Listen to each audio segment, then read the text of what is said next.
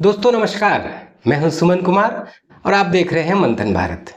दोस्तों 4 राज्यों का चुनाव का नतीजा अंततोगत्वा आ ही गया और जिसमें भारतीय जनता पार्टी को 4 में से 3 राज्यों में प्रचंड बहुमत से सरकार बनाने का मौका मिलने वाला है। ये जो एक तरफा भारतीय जनता पार्टी ने स्वीप किया है, लोगों का प्यार जो भारतीय जनता पार्टी के लिए उमड़ा, इसके क्या मायने हैं? कौन कौन से वो मुख्य बिंदु रहे हैं जिसने भारतीय जनता पार्टी को इतनी बड़ी जीत दिलाने का काम किया? इस पूरे चुनाव से एक चीज जो स्पष्ट होकर के निकलती है वो है ये कि नरेंद्र मोदी भारत के प्रधानमंत्री आज भी देश के सबसे लोकप्रिय नेता हैं। मोदी की गारंटी आज देश में सबसे बड़ी गारंटी है। मोदी माने विश्वास, मोदी माने विकास, और ये इस चुनाव में स्पष्ट दिखाई देता है। दूसरी पार्टियां कुछ भी गारंटी दे, जातिगत आरक्षण बढ़ा देंगे, पुरानी पेंशन ले आएंगे, किसानों का कर्जा माफ कर देंगे, बिजली का बिल माफ कर देंगे, कुछ भी लॉलीपॉप दे, लेकिन जनता को उस पर रत्ती भर भी विश्वास नहीं है। और एक तरफ नरेंद्र मोदी, जिनका वचन ही शपथ पत्र है मानो, ऐसा प्रतीत होता है। इस चुनाव में जो एक बात सबसे बड़े रूप में उभर करके आई कि आज भी नरेंद्र मोदी के सामने, उनकी लोकप्रियता के सामने, उनकी विश्वसनीयता के सामने कोई नहीं टिक रहा है भारत में। दूसरा, इस चुनाव में जाति का कार्ड हर एक मोर्चे पर खेला गया। बिहार के 2 नमूनों के टक्कर में कांग्रेस पार्टी भी ओबीसी, जनरल, अगड़ा और पिछड़ा वाली राजनीति राजस्थान में भी, मध्य प्रदेश और छत्तीसगढ़, तेलंगाना, हर एक जगह भुनाने का प्रयास किया। लेकिन 3 राज्यों के रिजल्ट ने इस पूरे एजेंडे को धराशायी कर दिया, खारिज कर दिया। और एक बार फिर से जनता ने स्थापित किया कि विकास की राजनीति ही आने वाले दिनों में चलने वाली है, लोग उसी को पसंद करने वाले हैं। ये कोई भी कार्ड खेले, जितना भी आपस में लड़ाने का प्रयास करे, जनता मूर्ख बनने वाली नहीं। एक तो ये स्थापित हुआ इस पूरे चुनाव में। दूसरा, चुनाव के बीच और चुनाव के पहले कांग्रेस की जितनी भी सहयोगी पार्टियां थी, सबने सनातन पर कुठाराघात किया। सनातन के बारे में अपशब्द कहे, सनातन बीमारी है, सनातन को मिटा देंगे, सनातन मिट जाएगा, वगैरह वगैरह अनाप शनाप बका। और कांग्रेस ने मानो इस पूरे मसले पर कोई बयान जारी नहीं किया, एक तरह से चुप्पी साध ली। ना कोई बयान, न बयान का खंडन, ना इस बयान से अपने आप को अलग करना, मानो मौन सहमति कांग्रेस की थी।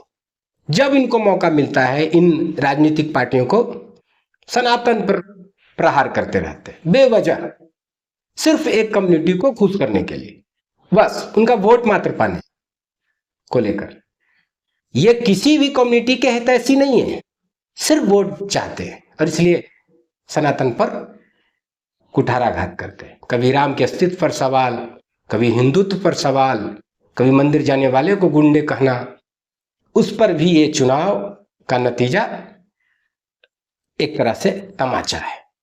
इन सब के साथ साथ एक बात पर और गौर करना पड़ेगा कि जहां भी भारतीय जनता पार्टी जीती है, वहां का जो लोकल नेतृत्व है, लोग उस पर भी बहुत ही बढ़ चढ़ करके विश्वास किए हैं। उसका चेहरा भी इस चुनाव में बहुत काम आया।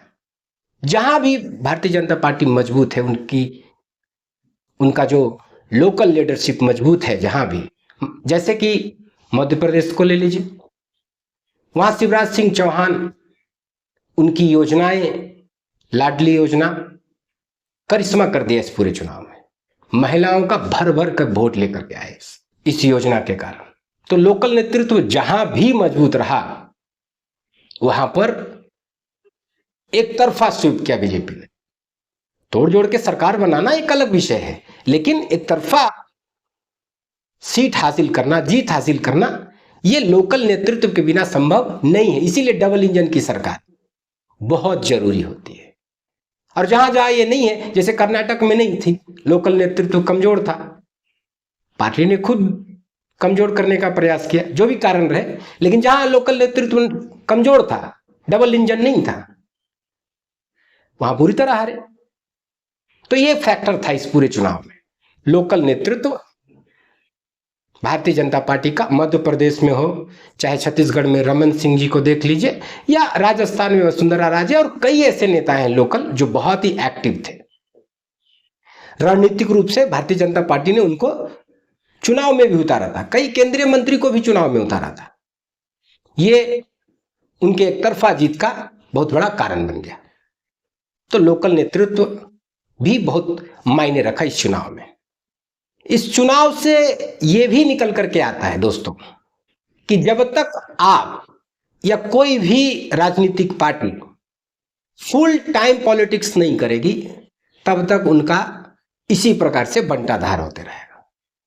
कांग्रेस को ले लीजिए, कांग्रेस के नेता को ले लीजिए, राहुल गांधी को, चुनाव आएगा तो वो चुनाव में जाएंगे, कभी विदेश चले जाएंगे, कभी कहां चले जाएंगे। एक तरफ बीजेपी को ले लीजिए, एक चुनाव समाप्त, दूसरे चुनाव की तैयारी। मतलब जमीन पर संघर्ष करना मानो इनकी नियत हो गई है।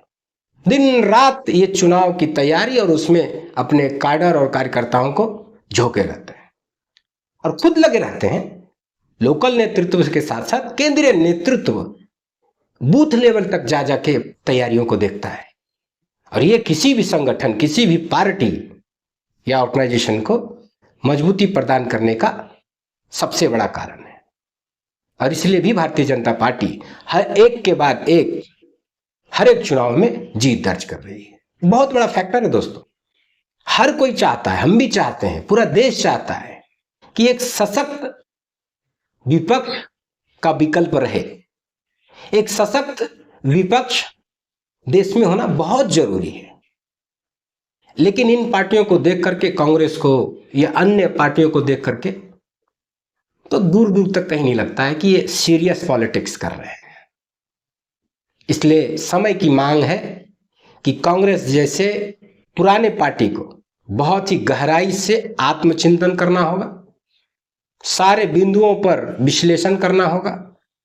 पुराने जो इनके लोग थे उनके साथ बैठ करके अभी जो समय की मांग है उस हिसाब से नियत और नीति बनानी होगी।